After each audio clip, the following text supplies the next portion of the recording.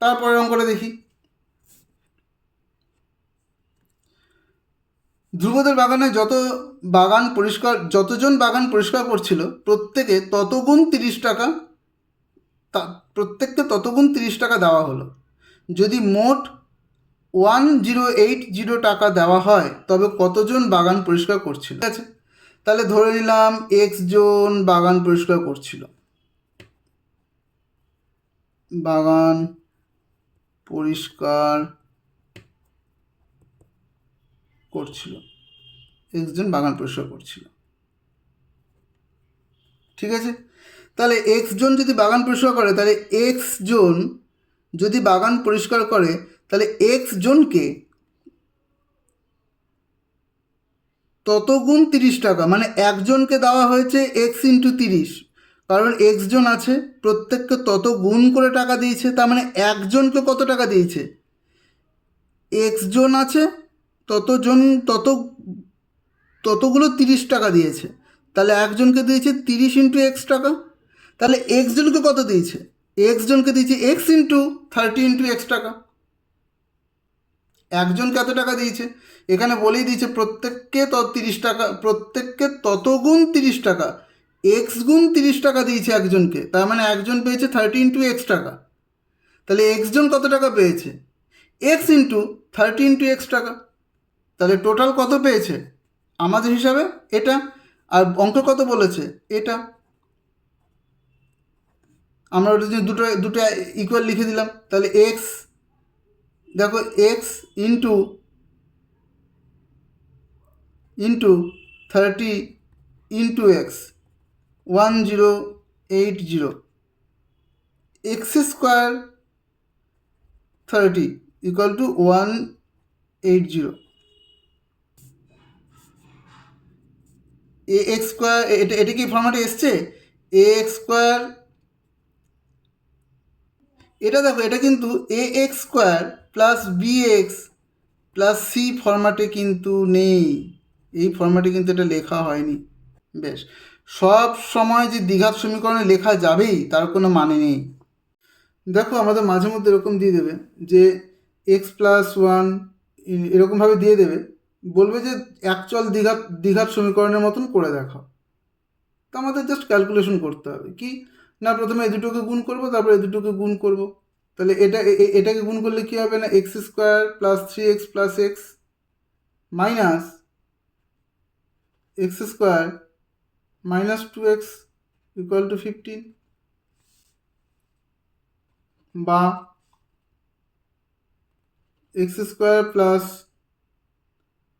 3x plus 4x minus square minus 2x plus 15, বা square, এই square কেটে গেল, তাহলে কত হবে 4x minus 2x equal to 15, বা 2x ইকুয়াল টু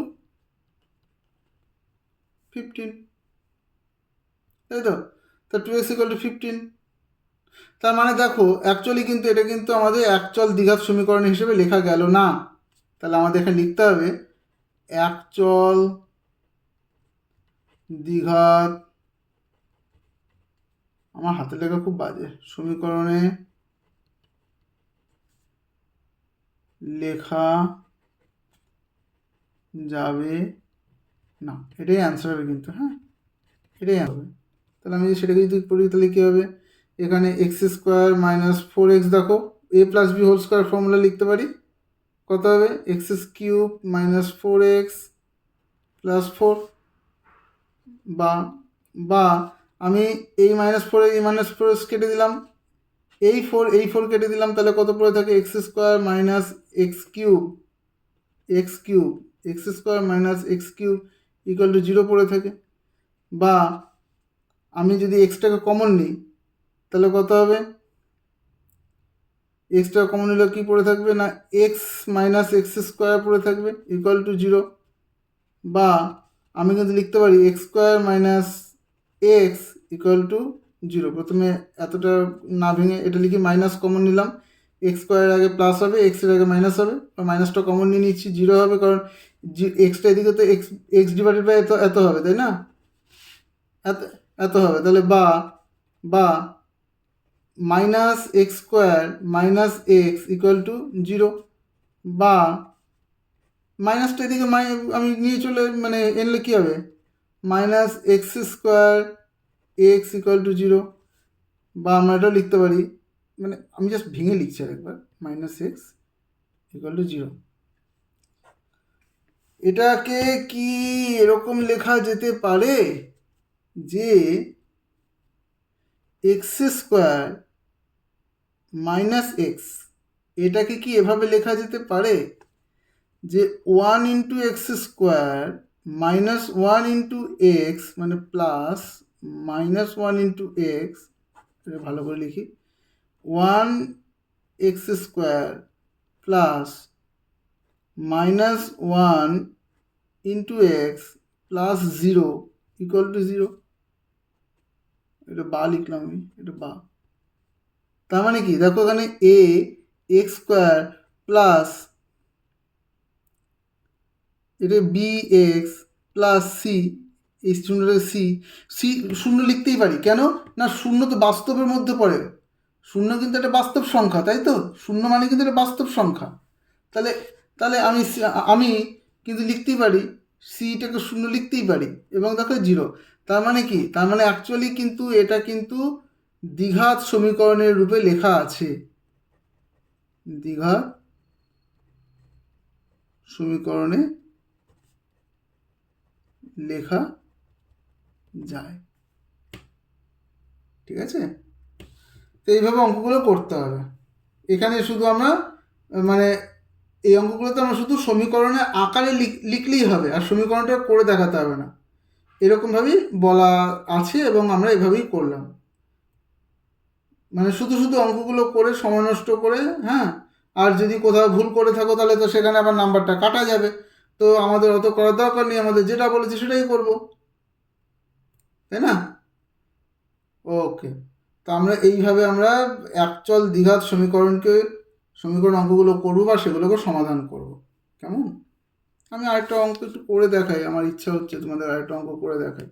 সাপোজ তোমাদের এরকম করে দিলে x plus four two x minus three equal to six, বললো দ্বিঘাত সমীকরণে আকারে লেখো এবং এটাকে সলভ করো। তাহলে কী করে করবে না, এটাকে গুণ করো, তাহলে কত হবে, two x square plus four into two x মানে হচ্ছে এইট এক্স, এবার এটাকে দিয়ে মাইনাস, আচ্ছা, minus three x minus twelve equal to six, বা টু এক্স স্কোয়ার থাকলো প্লাস মাইনাস এটা হবে plus five x minus twelve equal to six, বা two x square plus five x এদিকে minus eighteen equal to zero.